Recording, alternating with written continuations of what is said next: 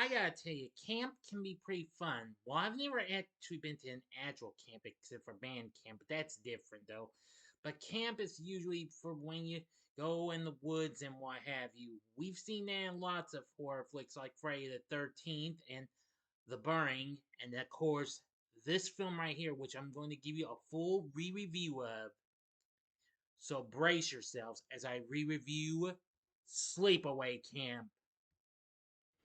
Big D's Entertainment, Red Kicks and Reviews.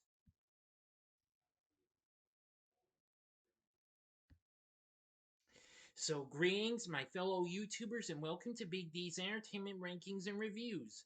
My name is Joel, better known to as the Big D, and this time around I bring to you a re-review of the 1983 slasher flick Sleepaway Camp, released by United Film Distribution Company, produced by American Eagle Films, written and directed by Robert Hiltzik, starring Felissa Rose in her introduction appearance, plus Katherine Kamhi, Paul D'Angelo, Mike Kellin in his last screen appearance, and Christopher Collet also making a first-time appearance. It's the first film in a film series and focuses on a series of murders occurring in a youth summer camp. Now, this kind of has a little bit of a feel like Friday the 13th because it's kind of a mystery in my view, a whodunit bit. Anyway, this was kind of a big surprise, but well, just wasn't well received at first, but soon it became a cult classic.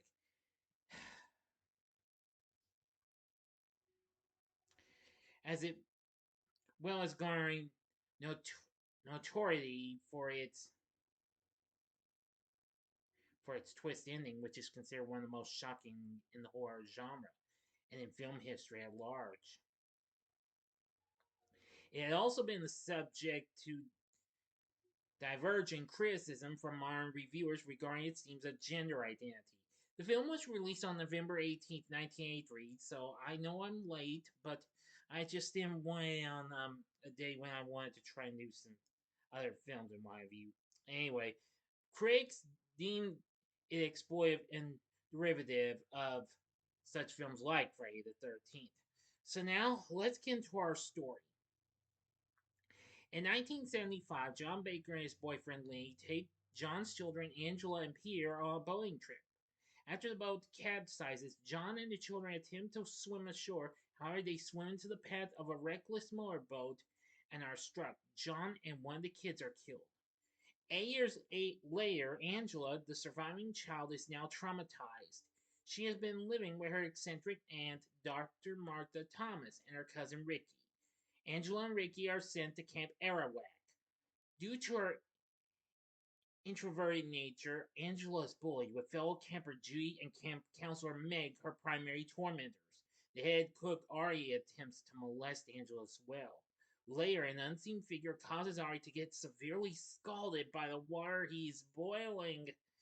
He's rushed to the hospital, and the incident is deemed accidental by camp owner Mel Caustic. Campers Kenny and Mike also mock Angela, prompting Ricky and his friend Paul to get into a fight with him. Paul befriends Angela, and Kenny is later drowned after capsizing his canoe. His death also ruled accidental by Mel. Paul asks Angela to attend a movie with him and kisses her. Campers Billy and Jimmy pick on Angela, and Billy is killed next, stung to death when someone traps him in a public toilet stall with a beehive.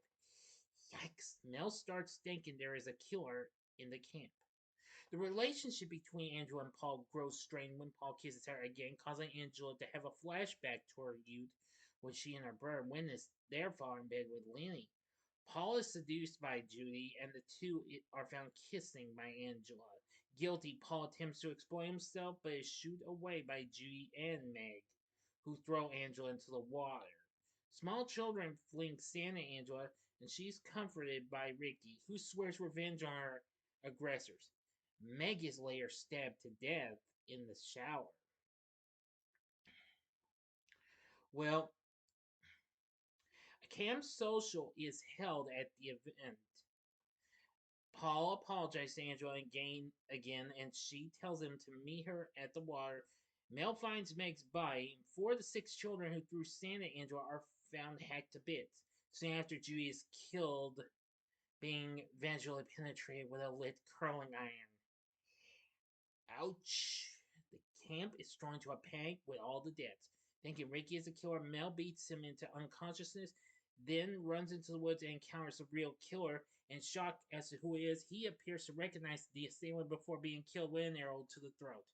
Now I'm going to give you the ending, which will also include this ending. Well, the shocking ending. So I advise you to stop this video immediately. I'll give you 5 seconds, and if you've seen the movie already, please continue.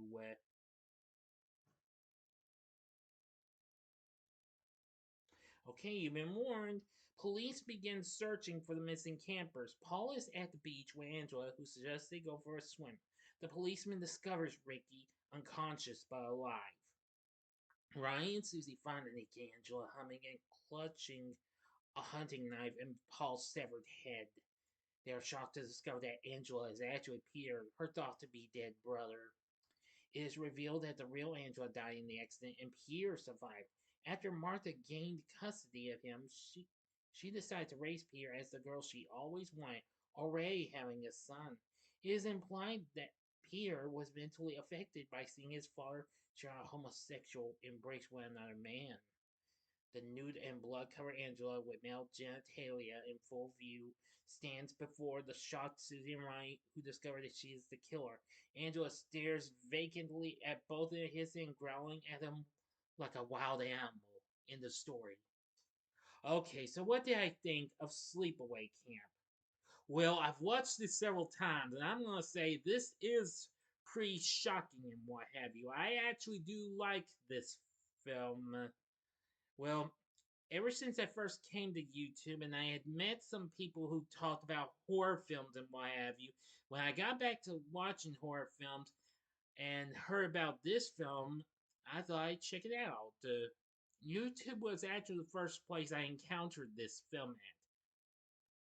Now, however, you can find the film on various other streaming services. Tubi has it, Freevee has it, Peacock has it. There could be lots of other streaming services that carry this film. Now, since it's when it was released, it went on to make 11 million at the box office against its $350,000 budget. Yes. Upon its original release, the film was frequently compared to Friday the 13th due to their shared settings and whodunit plot structure. Yeah. Yeah, a lot of people just weren't impressed with it. But for modern assessment, since its release, the film has developed a cult following and garnered critical reappraisal. Its twist ending has been distinguished by audiences and critics as one of the most shocking in the slasher genre's history, as well as in cinema history in general. The film currently sits at 81% on Rotten Tomatoes, saying it is a standard teen slasher elevated by occasional moments of John Waters-esque weirdness and a twisted ending. Blade Disgusting really like this, praising the debut of Felissa Rose and her performance in the film's twist ending, calling it one of the most shocking since possibly Psycho. All Movies said that while most of the gender-bending story's sexual confusion is ultimately half-baked, the film is distinctive enough to warrant required viewing for genre enthusiasts. Anyway, yeah. Yeah, this was really something. I am going to say it's just wow.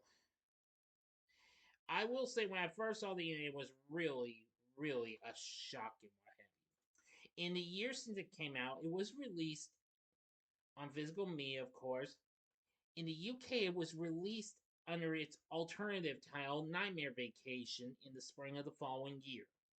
In the years to come, Anchor Bay released it on DVD in 2000 and then reissued it as part of the Survival Kit in 2002, which also contained the film's two sequels, as well as a bonus disc featuring footage from the unfinished third sequel, which, believe me, is out of print. The Canadian-based Legacy Entertainment released a region-free budget DVD release of the film in 2005.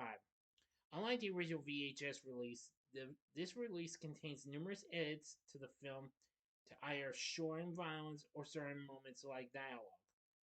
In 2014, Scream Factory released the film on a Blu-ray set, and it contained a 2K scan of the original camera negative, and the release also has the film in its original uncut version, unlike the DVD released by Anchor Bay. But of course, that's out of print as well. Or, well, I think, no, wait, I think you can still get that for a reasonable price. I don't think it's gone out of print yet. So, anyway, I will say that's something. Edward Bellows, I hope I pronounced that correctly. If not, I apologize. Did a real spine tingling score for the film, especially at the intro and the closing. It does have some pretty decent songs and what have you. So, anyway, it went on to have two actual sequels. There was going to be a fourth one called The Survivor, but it was partially filmed in the early 90s but left incomplete. And then there was a fifth film called Return to Sleepaway Camp, which the director of this film, Robert Hiltzik, directed. That's the one film I have yet to see. I have seen its two sequels, though, released in 88 and 89, which had Bruce Springsteen's younger sister, Pamela, in the role of Angela. Now, for our cast, we have Felissa Rose in the role of Angela. It's really something, but of course, they had to use like, it's hard to explain. Kind of like a, kind of a, I don't know, different kind of figure her with the genitalia because she refused to wear a strap on. Well, I think you'll get the point, all right. Uh, yeah, but overall she was good though. Let's see, playing Ricky was Jonathan Tiersten. He was good. Karen Fields is Judy, good. I liked Christopher Collet's performance as Paul. Mike Kellin played Mel, yeah, great. And Katherine Kamhi played Meg. Yeah, all these were really something and what have you. There's many others and what have you, including the late great Robert Earl Jones, who of course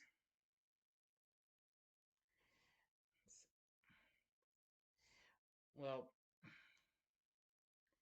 is the was the dad dad to of course a certain James Earl Jones, yes. Anyway, and there's lots of others and what have you, so the cast isn't too bad either. So anyway, Sleepaway Camp can be pretty spine tingling, especially with its score. The cast isn't too bad. I thought the story was pretty good. I know it's comparable to Friday the 13th, but nevertheless, I felt like it was pretty good. But the ending was spine tingling. But if you didn't stop this video after my countdown, I said you were warned. And believe me, that would really ruined your chances of seeing this, but don't say I didn't warn you. But anywho, I think Sleepaway Camp is such a good film and a good A slasher. I would recommend this film if you're into Friday the 13th or The Burning. I'd say give Sleepaway Camp a go. I'd say more Friday the 13th than The Burning, you know. So anyway, give Sleepaway Camp a watch if you haven't seen it yet. If you What did you think of Sleepaway Camp? Let me know in the comments section below. And if you like this video, click the like button, subscribe, and be a part of the Big D Nation. Continue to help my channel grow and continue to watch my vids. Now, I got a little quick announcement. Change of plans for the next few days. Now, Godzilla 98. I was going to review that, but I'm going to postpone it so until further notice. So I will have to schedule for another time due to my next video. I'm going to do a special spoiler-free review of the new film Unsung Hero. I just saw it today, so you'll get that.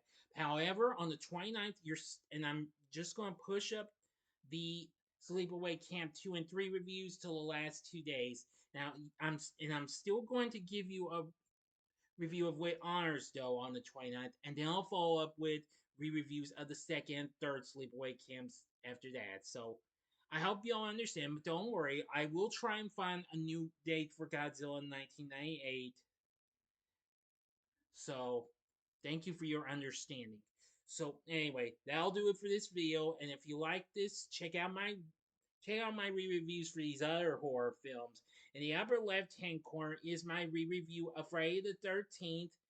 The upper right-hand corner is my re-review of the second one, and the bottom left-hand corner is my re-review of the final chapter, which I unfortunately failed to have done a re-review of part 3. So again, I do apologize for that, but I'll make up for lost time and do it. And sometime sooner. And the bottom right-hand corner is the button you can click to subscribe if you like rankings and reviews on movies, TV, music, video games, etc. Then I'm your guy. Thank you for watching. Until next time, I'm the Big D saying, see ya.